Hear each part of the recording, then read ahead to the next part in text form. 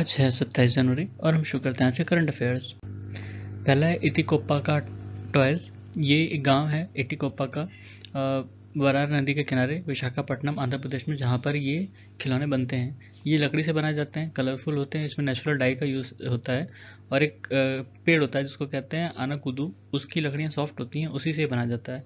इसको 2017 में GI tag मिला था। ठीक है, इसमें कोई भी शार्प एज नहीं होते हैं, सब राउंडेड होते हैं, सारे जितने भी एज होते हैं बनाए जाते हैं इस खिलौने में। फिर T+1 सेटलमेंट प्लान। ये सेटलमेंट साइकिल है जिसमें जो ट्रेड से रिलेटेड सेटलमेंट होते हैं वो 24 घंटे के अंदर कर दिए जाते हैं। मतलब अगर जैसे कोई चीज़ वेडनेसडे को खरीदी गई कोई शेयर, तो थर्सडे को उसका जो भी सेटलमेंट है वो हो जाएगा। ठीक है, T+2 में मतलब 48 घंटे हो गए।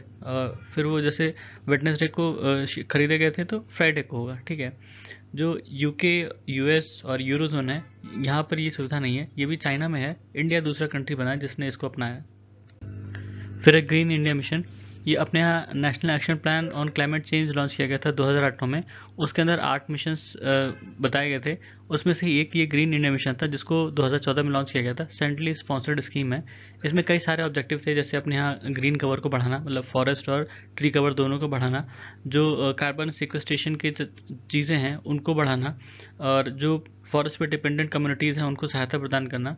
ठीक है, फिर है आदित्य L1 मिशन। आदित्य का मतलब सूर्य होता है और ये मिशन इसरो द्वारा डेवलप किया जा रहा है। इसमें एक कोरोनाग्राफी स्पेसक्राफ्ट भेजा जाएगा जो सोलर एटमॉस्फेयर है, आउटर मोस्ट पार्ट जो होता है उसका कोरोना कहते हैं। ठीक है, उसको स्टडी करने के लिए ये स्पेसक्राफ्ट भेजा जाएगा और उम्मीद है कि जून जुलाई 2023 में इसको भेजा जाएगा। अपने जो सोलर सिस्टम है उसमें 5 लैग्रेंज पॉइंट हैं, उसमें से जो एक L1 है, लैग्रेंज पॉइंट 1, वहाँ पर ये इसको प्लेस किया जाएगा, इस मिशन को, स्पेसक्राफ्ट को।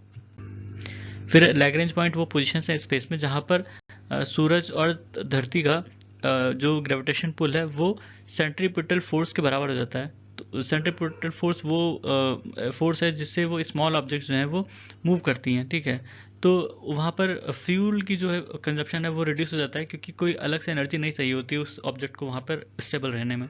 ठीक है, अपने स्पेस में ऐसे 5 जगह हैं, 5 पोजीशंस हैं जिनको लैग्रेंज पॉइंट कहा जाता है। देख लीजिए इसमें, जैसे इस ग्राफ में दिया है, एक L1 धरती और सूरज के बीच में है, L2 जो है वो भी अलाइन में ही है पर पीछे है, L2 और L3। ठीक है, एक लाइन में है L1, L2, L3 और L4, L5 ऊपर नीचे हैं।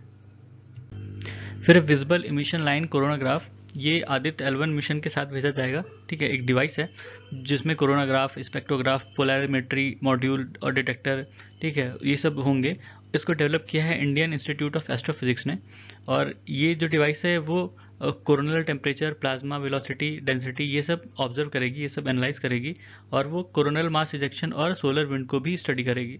कोरोनल मास इजेक्शन वो मतलब प्लाज्मा होता है जो उसमें मैग्नेटिक फील्ड की वजह से उठता है। ठीक है, ये सोलर विंड भी जनरेट करता है। इसके कारण जो धरती के सैटेलाइट्स वगैरह धरती के आसपास जो ऑब्जर्व करते हैं उनको भी इफेक्ट पहुंचता है। ठीक है, तो ये उसको भी ऑब्जर्व करेगा। केल्प फॉरेस्ट जो होते हैं वो ठंडे और न्यूट्रिएंट रिच पानी में होते हैं। इनकी जड़ें जो होती हैं वो पानी में ही होती हैं और ये ऊपर उठते हैं, सूरज की रोशनी से अपना खाना और एनर्जी बनाते हैं।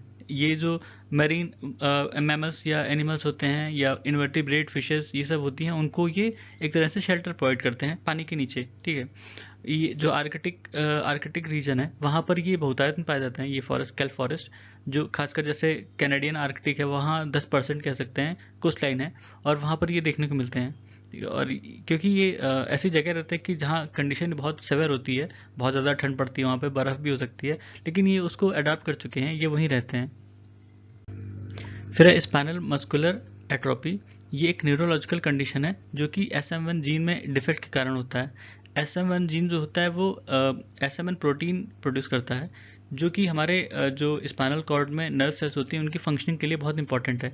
जब इस जीन में कोई डिफेक्ट आ जाता है तो ये SM1 जो प्रोटीन है उसका प्रोडक्शन बंद हो जाता है। इसके कारण जो फंक्शनिंग होती है स्पाइनल कॉर्ड की वो डिस्टॉर्ट हो जाती है। ठीक है, फिर अब विशाखापट्टनम रेलवे स्टेशन को ग्रीन रेलवे स्टेशन का सर्टिफिकेशन मिला है इंडियन ग्रीन बिल्डिंग काउंसिल द्वारा।